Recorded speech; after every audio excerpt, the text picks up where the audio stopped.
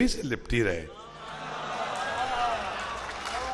हर एक तुम्ही से लिपटी रहे और तुम पर जान छिड़कती रहे।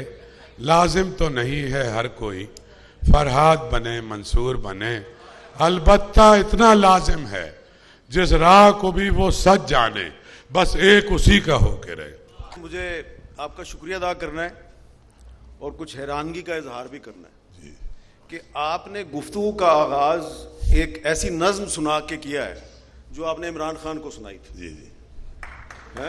हाँ, ये मैं आपको नहीं सुनाना चाह रहा, बच्चों को सुना रहा। और उसमें भंवरा भी था, हाँ सब कुछ था, कली भी थी, हाँ, रस भी चूस रही थी। है?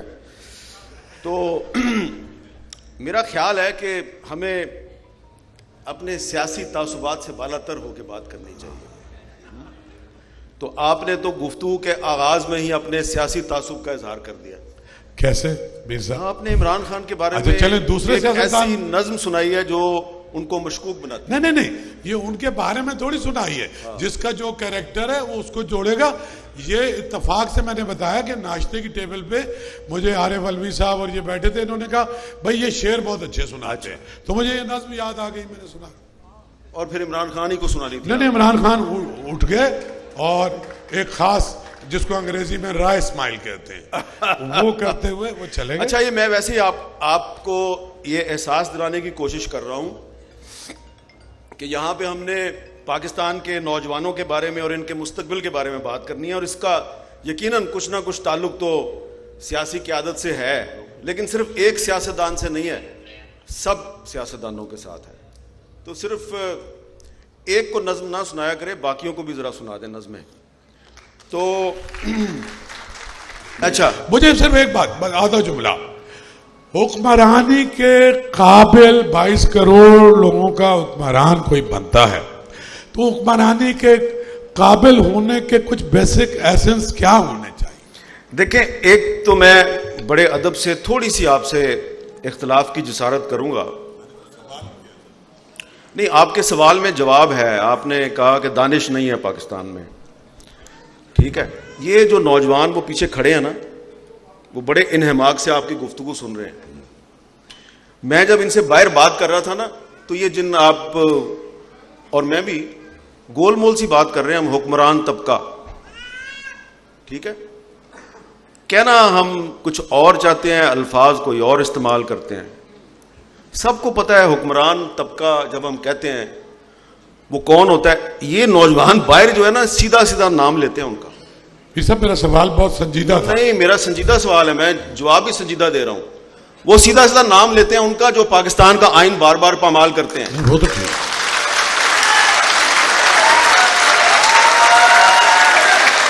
ठीक है। आगे मेरा मीर साहब मेरे सवाल का जवाब नहीं मिला। मीर साहब आपको पता है, आप जानते हैं मेरा इशारा किस तरफ, आपको पता है अमेरिका में थिंक टैंक बने हुए, कार्नेगी फाउंडेशन, फोर्ड फाउंडेशन, इसी तरह मुख्तलिफ मुल्कों में वो 25-25 साल की पॉलिसियां बनाते हैं। उसमें इकोनॉमिस्ट भी होते हैं, साइकोलॉजिस्ट भी होते हैं, और उसके अंदर एंथ्रोपोलॉजिस्ट भी होते हैं। एक मिनट रुक जाओ बस मेरे बच्चे, एक मिनट रुक जाओ। नारेबाजी से आगे चलेंगे ना, हम अवामी दानिश पे बात करें। हमारे यहाँ आप नहीं समझते कि जो भी पार्टी बनाता है, चाहे वो जाम साकी है या नवाज शरीफ है, कि एक बेसिक चीजें वो अपनी तरबियत करे, और उसके ना होने की वजह से, या उनके शॉर्ट साइटेडनेस होने की वजह से, या उनमें विजडम ना होने की वजह से, ना चाहते हुए भी मुल्क को नुकसान पहुंचता है। ये बहुत ही संजीदा सवाल है। मैं संजीदा सवाल का मैंने संजीदा जवाब देने की कोशिश की है। दूसरी साइड का जवाब दें। ये आप चाह रहे हैं कि मैं असली बात ना करूं? असली बात आप करें, लेकिन मैं जिनकी आप बात कर रहे हैं ना, मैं कह रहा हूं जिनकी आप बात कर रहे हैं उस पे भी, ठीक है, उस पे भी ये बताएं कि वो क्यों कर रही है, वो वजूहात क्या है, क्या विजडम नहीं है, या आखिर में ताकत हासिल करने की ख्वाहिश है। चले, लेकिन बात औक़ात इंटेलेक्चुअल डेप्थ ना होने की वजह से भी गलत फैसले करते हैं ना। देखिए, मैं तो अब आपके सवाल का पहले जवाब दे दिया, लेकिन मैं एक ऐसी बात करूंगा कि कोई ना आपके लिए मुश्किल पैदा हो ना किसी और के लिए। जाहिर बात है। देखें, बात यह है कि नाम लेने की जरूरत नहीं, आप सबको पता है कि 56 का आइन किसने तोड़ा, 73 का आइन बार बार किसने तोड़ा?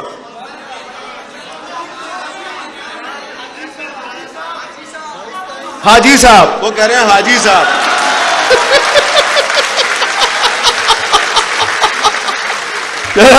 ठीक है, देखिए आप देखें, ये नौजवान जो है ना, इनको आप धोखा नहीं दे सकते, इनको आप बेवकूफ नहीं बना सकते, इनको सारा पता है, सब पता है इनको।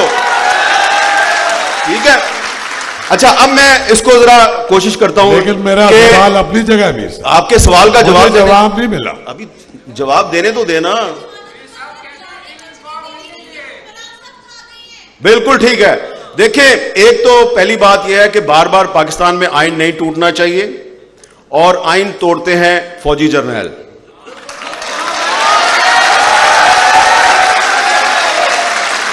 मेरा तो सवाल ये है कि क्यों करते हैं? वो इसलिए करते हैं कि सियासतदान आपस में लड़ते हैं, सियासतदान आपस में लड़ते हैं। 58 में भी लड़ रहे थे तो उन्होंने इक्तदार पे कब्जा कर लिया, 77 में भी लड़ रहे थे, 99 में भी लड़ रहे थे। तो एक तो हर कीमत पर पाकिस्तान के आइन का तहफ्फुज, पाकिस्तान की बका की जमानत है, पाकिस्तान का आइन नहीं टूटना चाहिए। किसी फौजी जर्नैल को यह इजाजत नहीं देनी चाहिए कि वो पाकिस्तान का आइन तोड़े। ठीक है, और लेकिन इसके साथ ही साथ जो पॉलिटिकल पार्टीज हैं, जो सियासी क़यादत है, उसको भी आइन की पाबंदी करनी चाहिए, आइन का एहतराम करना चाहिए, और सियासी जमातों के अंदर भी जमहूरियत लानी चाहिए। क्योंकि हमारी जो सियासी जमातें हैं, बड़ी सियासी जमातें, इनके अंदर जमहूरियत नहीं है। और ये जो नौजवान बैठे हुए हैं, ये सिर्फ इनको उन्होंने अपना सियासत का ईंधन बनाया हुआ है, इनका काम नारेबाजी है। लेकिन सूबाई असम्बली की और नेशनल असम्बली की टिकट जो है वो दे देते हैं वो जागीरदारों को, सरमायादारों को, अमीर लोगों को। तो जब तक सियासी जमातें अपने अंदर जमहूरियत नहीं लाएंगी और नौजवानों को आगे नहीं लेके आएंगी, खास तौर पे खवातीन को, तो सियासी जमातें मजबूत नहीं होंगी। जी क्या हुआ बेटा? बिल्कुल चिट आ गई है शाह साहब। नहीं, वो चिट नहीं आई।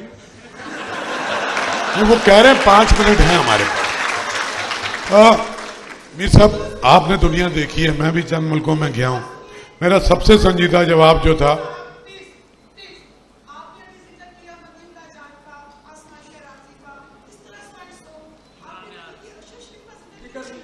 किसका? एक मिनट देखिए, वो जिक्र आया उस वाक़े का जिक्र आया जब कि मैंने वो तकरीर की थी। उस वक्त किसको गोली मारी गई थी? अबसार आलम को। उस वक्त किसके घर में नकाबपोश घुसे थे? आसमा शिराजी के। और शायद अगर आपको नहीं पता तो अरशद शरीफ के लिए भी हमने मुजाहरे किए हैं, अरशद शरीफ के लिए भी हमने बात की है, अपने टीवी प्रोग्रामों में भी बात की है, और वो जो इमरान रियाज साहब हैं उनके लिए भी बात की है, सबके लिए बात की है।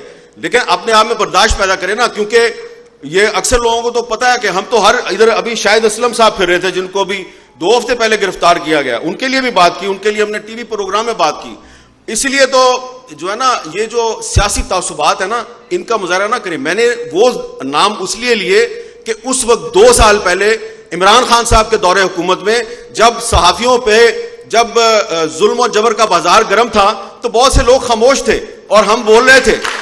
और आज अगर शहबाज शरीफ साहब के दौरे हुकूमत में आज भी बहुत से सहाफियों के साथ वो कुछ हो रहा है, हम आज भी बोल रहे हैं, हम उस वक्त भी बोलते थे, हम आज भी बोल रहे हैं। लेकिन कुछ लोग उस वक्त नहीं बोलते थे, सिर्फ आज बोल रहे हैं, यह भी गलत है।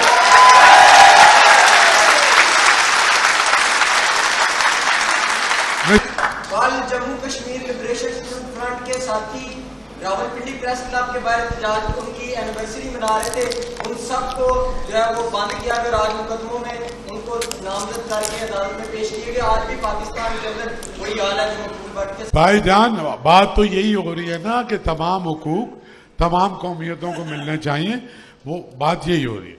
मेरे सवाल का जवाब बहरहाल मुझे नहीं मिला मेरे साहब अभी तक, कि किसी दानिश की जरूरत हुक्मरानी के लिए है या नहीं है, मेरा तो ये सवाल था। मैंने वो आपको ये जवाब आपने दिया है मुझे कि दिया। आपका आइन पाकिस्तान की इज्तिमाई सियासी दानिश का एक नमूना है, एक एग्जाम्पल है। इस आइन का तहफ़्फ़ुज़ करें। आइन के तहफ़्फ़ुज़ का मतलब है आप पाकिस्तान का तहफ़्फ़ुज़ कर रहे हैं।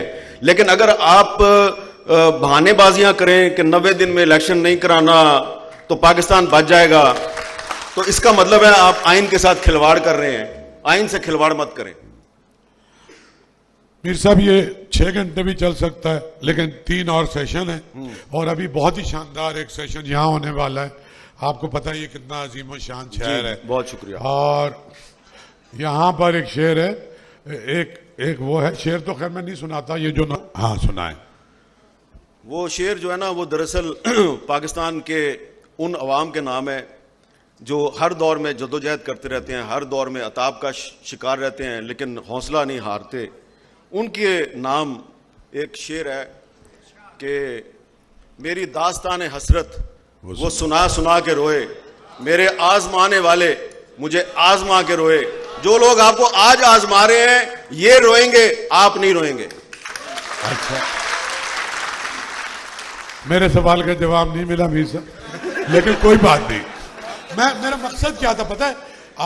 मुझे पता है आप क्या चाहते हैं। सुबह 9 बजे से आप जा रहे थे किताबों के स्टॉल पे, ठीक है। अब मकसद ये था कि आज का तो सारा मुकालमा नौजवानों से है, और आपने खुद कहा था कि भाई हिस्ट्री पढ़ो और वो हुक्मरान भी पढ़ें और फिलॉसफी पढ़ो, कैसे रियासतें और हुकूमतें अपने ही वजन से दब के ख़त्म हो जाती हैं। मेरा मकसद ही वही था कि दानिश की कमी की वजह से समाज में क्या क्या नुकसानात होते हैं।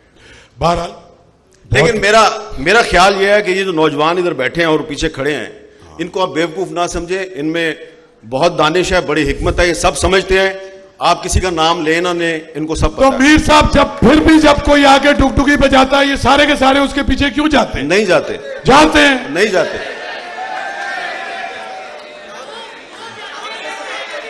हाँ, वो जाते हैं जो बिरयानी की प्लेट के पीछे। ये बिरयानी की प्लेट वाले नहीं है। हाँ। ये इधर फैज, फराज और हबीब जालिब के दीवाने हैं ये। मीर साहब, आपका बहुत बहुत शुक्रिया। बहुत बहुत आप शुक्रिया। हमेशा से मेहरबान रहे। आप कराची भी आते रहे, आप लाहौर।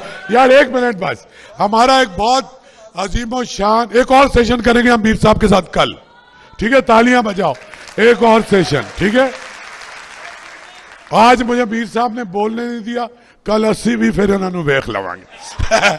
अच्छा, मैं ये कह रहा हूं कि ये अजीम, 1 मिनट यार, मेरी भी तो गल सुनो। एक बहुत सर, मैं तो मजाक कर रहे हैं, तो मैं सुहेल अहमद वाली एक्टिंग कर। एक बात सुनो ना, देखो आप इनसे कहें मेरी बात सुने, प्लीज इनकी भी बात सुन लें। यार बात सुनो, मैं चाह ही क्या रहा हूं कि दोनों एलिमेंट हमारे अंदर हो ना, गुस्से के साथ साथ। अभी जो एक सेशन होने वाला है वो लाहौर के वो बड़े लोग उसमें हैं जिन्होंने इस शहर को खूबसूरत किया है, इसके दागदार चेहरे को रोशन किया है, इसके हेरिटेज को बहाल किया है। तो ये बहुत इंपॉर्टेंट सेशन है मेरी और आपकी तरबियत के लिए। इसमें वो अजीम शान लोग हैं, नैयर अली दादा मसलन, ये अलमरा, ये पूरे लाहौर में रेड ब्रिक्स, ये खूबसूरती इनका है। अच्छा, ये कामरान लशारी साहब यहाँ बैठे हुए हैं जिन्होंने आपके हेरिटेज को रिवाइव किया, सारे बाग बनाए, नहरें बनाई, साफ सफाई की। इसी तरह से फकीर एजाजुद्दीन सामने बैठे हुए हैं जिनका इसकी सकाफत पे और इस पे बहुत बड़ा रोल है। यूसुफ सल्ली आए हैं क्या? यूसुफ सलाउद्दीन, मेरी जान, तानू असी बाहर टाइम देवांगे, हम असी बाहर जा रहे हैं। आपका बहुत बहुत शुक्रिया। यहाँ अगला सेशन शुरू हो रहा है।